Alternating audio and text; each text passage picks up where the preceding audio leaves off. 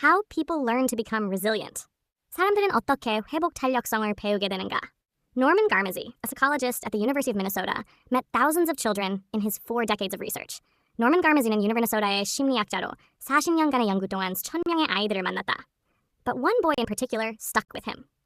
하지만 특별히 한 소년은 그의 기억에 오래 남았다. He was 9 years old, with an ill mother and an absent father. 그는 9살이었고 아픈 어머니와 부재한 아버지 밑에서 자라고 있었다. Each day, he would arrive at school with the exact same sandwich. 매일 그는 항상 똑같은 샌드위치를 가지고 학교에 왔다. 2 slices of bread with nothing in between. 그것은 사이에 아무것도 들어있지 않은 빵 조각이었다. At home, there was no other food available and no one to make any. 집에는 다른 먹을 것이 없었고 음식을 만들어줄 사람도 없었다. Even so, Garmezy would later recall, 그럼에도 불구하고 가메지는 훗날 이렇게 회상했다. The boy wanted to make sure that no one would feel pity for him. 그 소년은 아무도 자신을 불쌍히 여기지 않도록 하고 싶어 했다. Each day, without fail, he would walk in with a smile on his face. 매일 빠짐없이 그는 얼굴에 미소를 띤 채 학교에 들어왔고 and a bread sandwich tucked into his bag. 가방에는 빵 샌드위치를 넣어 다녔다. The boy with the bread sandwich was part of a special group of children. 그 빵 샌드위치를 가지고 다니던 소년은 특별한 아이들 집단의 일원이었다. Garmezy identified this group of kids as succeeding, even excelling, despite incredibly difficult circumstances. 가메지는 이 아이들을 매우 어려운 환경에도 불구하고 성공하고 심지어 뛰어난 성과를 내는 아이들로 보았다. These were the children who exhibited a trait Garmezy would later identify as resilience. 이들은 가메지가 훗날 회복 탄력성이라고 규정하게 될 특성을 보여준 아이들이었다. Resilience presents a challenge for psychologists. 회복 탄력성은 심리학자들에게 하나의 도전 과제를 제시한다. Finding out if you have it or not largely depends on the way your life unfolds. 당신이 그것을 가지고 있는지 아닌지를 알아내는 것은 주로 당신의 삶이 어떻게 전개되는지에 달려있다. If you are lucky enough to never experience any sort of adversity, 만약 어떤 종류의 역경도 겪지 않을 만큼 운이 좋다면 we won't know how resilient you are.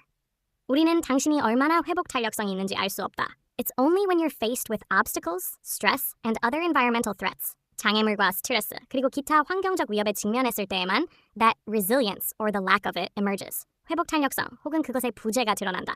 Do you fall apart or do you rise above it? 당신은 무너지는가? 아니면 그것을 극복하고 일어서는가? Environmental threats can come in various ways. 환경적 위협은 다양한 형태로 찾아올 수 있다. Some are continuous, such as poverty and challenging home conditions. 어떤 것은 지속적인데 예를 들어 빈곤이나 어려운 가정 환경과 같은 것이다. Other threats are acute. 다른 위협들은 급성적이다. Experiencing or witnessing a traumatic violent encounter, for example, or being in an accident. 예를 들어 충격적인 폭력 사건을 직접 겪거나 목격하는 것 또는 사고를 당하는 것과 같은 경우이다. What matters is the intensity and the duration of the stressful event. 중요한 것은 스트레스 사건의 강도와 지속 기간이다. Garmezy's work looked at protective factors. 가메지의 연구는 보호 요인에 주목했다. The elements of an individual's background or personality. 즉, 한 개인의 배경이나 성격에 있는 요소들로서 that could enable success despite the challenges the person faced. 그 사람이 직면한 어려움에도 불구하고 성공할 수 있게 해주는 요소들이었다. His research identified elements that fell into 2 groups. 그의 연구는 이러한 요소들이 2가지 범주로 나뉜다는 것을 밝혀냈다. Individual psychological factors and external environmental factors. 개인적인 심리 요인과 외부 환 요인이다. In 연구의 80가임, a psychologist named Emmy Werner published the results of a 32-year project. 1989년, 에미 워너라는 심리학자는 32년에 걸친 연구 프로젝트의 결과를 발표했다. She had followed a group of 698 children in Kauai, Hawaii. 그녀는 하와이 카와이에 사는 698명의 아이들을 추적 관찰했다. From before birth through their 3rd decade of life. 그들의 출생 전부터 30대에 이르기까지 말이다. Along the way, she'd monitored them for any exposure to stress. 그 과정에서 그녀는 아이들이 스트레스에 노출되는지를 지속적으로 관찰했다. Poverty, problems in the family, and so on. 예를 들어 빈곤, 가정 문제 등이었다. 2/3 of the children came from backgrounds that were essentially stable, successful, and happy. 아이들의 3분의 2는 대체로 안정적이고 성공적이며 행복한 환경에서 자랐다. The other third qualified as at risk. 반면 나머지 3분의 1은 위험군, at risk에 해당했다. Like Garmezy, she soon discovered that not all of the at-risk children reacted to stress in the same way. 가메지와 마찬가지로 그녀도 위험군 아이들이 모두 같은 방식으로 스트레스에 반응하는 것은 아니라는 사실을 발견했다. Just 2/3 of them developed serious learning or behavior problems by the age of 10. 그들 중 3분의 2는 10살이 될 무렵 심각한 학습 문제나 행동 문제를 보였고 or had other more serious mental health and behavior problems as they became older. 나이가 들면서 더욱 심각한 정신 건강 및 행동 문제를 겪었다. but the remaining third developed into competent, confident, and caring young adults. 그러나 나머지 3분의 1은 유능하고 자신감 있으며 배려심 있는 젊은 성인으로 성장했다. They had attained academic, domestic, and social success. 그들은 학업, 가정생활, 사회생활에서 성공을 이루었고, and they were always ready to take advantage of new opportunities that arose. 새롭게 찾아오는 기회를 언제나 적극적으로 활용할 준비가 되어 있었다. What was it that set the resilient children apart? 회복 탄력성이 있는 아이들을 다른 아이들과 구별되게 만든 것은 무엇이었을까? She found that several elements predicted resilience. 그녀는 몇 가지 단서를 예측하는 사실을 발견했다. Some elements had to do with luck. 일부 요소는 운과 관련이 있었다. A resilient child might have a strong bond with a supportive caregiver, parent, teacher, or other mentor-like figure. 회복 탄력성이 있는 아이는 자신을 지지해주는 보호자, 부모, 교사 또는 멘토와 같은 인물과 강한 유대 관계를 맺고 있을 수 있었다. But another, quite large set of elements was psychological. 그러나 또 다른, 상당히 큰 요소 집단은 심리적인 것이었으며 and had to do with how the children responded to the environment. 아이들이 환경에 어떻게 반응하는지와 관련이 있었다.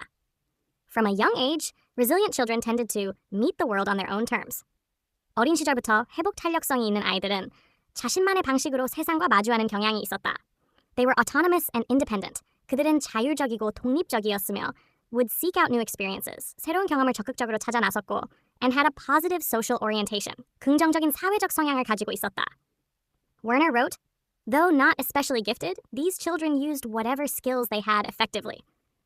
원어는 특별히 재능이 뛰어난 것은 아니었지만 이 아이들은 자신이 가진 능력을 효과적으로 활용했다라고 썼다. Perhaps most importantly, the resilient children believed that they, and not their circumstances, affected their achievements. 아마도 가장 중요한 점은 회복 탄력성이 있는 아이들이 자신의 성취는 환경이 아니라 자기 자신에 의해 결정된다고 믿었다는 것이다. The resilient children saw themselves as being able to make good decisions about their obstacles to improve their future. 회복 탄력성이 있는 아이들은 미래를 더 좋게 만들기 위해 자신이 장애물에 대해 올바른 결정을 내릴 수 있다고 생각했다. George Bonanno is a clinical psychologist at Columbia University's Teachers College. 조지 보나노는 컬럼비아 대학교 사범대학의 임상 심리학자이다. And has been studying resilience for nearly 25 years. 그리고 약 25년 동안 회복 탄력성을 연구해왔다. Garmezy, Werner, and others have shown that some people are far better than others at dealing with adversity. 가메지, 워너 그리고 다른 연구자들은 어떤 사람들은 다른 사람들보다 역경을 훨씬 더 잘 극복한다는 사실을 보여주었다. Bonanno has been trying to figure out where that variation might come from. 보나노는 그러한 차이가 어디에서 비롯되는지 알아내려고 노력해왔다. One of the central elements of resilience, Bonanno has found, is perception. 보나노가 발견한 회복 탄력성의 핵심 요소 중 하나는 inception이다. Do you perceive an event as traumatic or as an opportunity to learn and grow? 당신은 어떤 사건을 트라우마로 인식하는가? 아니면 배우고 성장할 기회로 인식하는가? Events are not traumatic until we experience them as traumatic, Bonanno told me. 보나노는 사건은 우리가 그것을 트라우마로 경험하기 전까지는 트라우마가 아니다 라고 말했다. Take something as terrible as the surprising death of a close friend. 가까운 친구의 갑작스러운 죽음처럼 끔찍한 일을 예로 들어보자. You might be sad. 당신은 슬플 수 있다. But if you can find a way to see that event as filled with meaning, 하지만 그 사건을 의미로 가득한 것으로 바라볼 방법을 찾을 수 있다면 perhaps it leads to greater awareness of a certain disease. 예를 들어 그것이 특정 질병에 대한 더 큰 경각심으로 이어지거나 or to closer ties with the community. 지역사회와 더 깊은 유대로 이어진다면 then it may not be seen as a trauma. 그 사건은 트라우마로 받아들여지지 않을 수도 있다. The good news is that positive interpretation can be taught. 좋은 소식은 긍정적인 해석은 배울 수 있다는 점이다. We can make ourselves more or less vulnerable by how we think about things, Bonanno said. 보나노는 우리는 어떤 일을 어떻게 생각하느냐에 따라 스스로를 더 취약하게도 덜 취약하게도 만들 수 있다라고 말했다.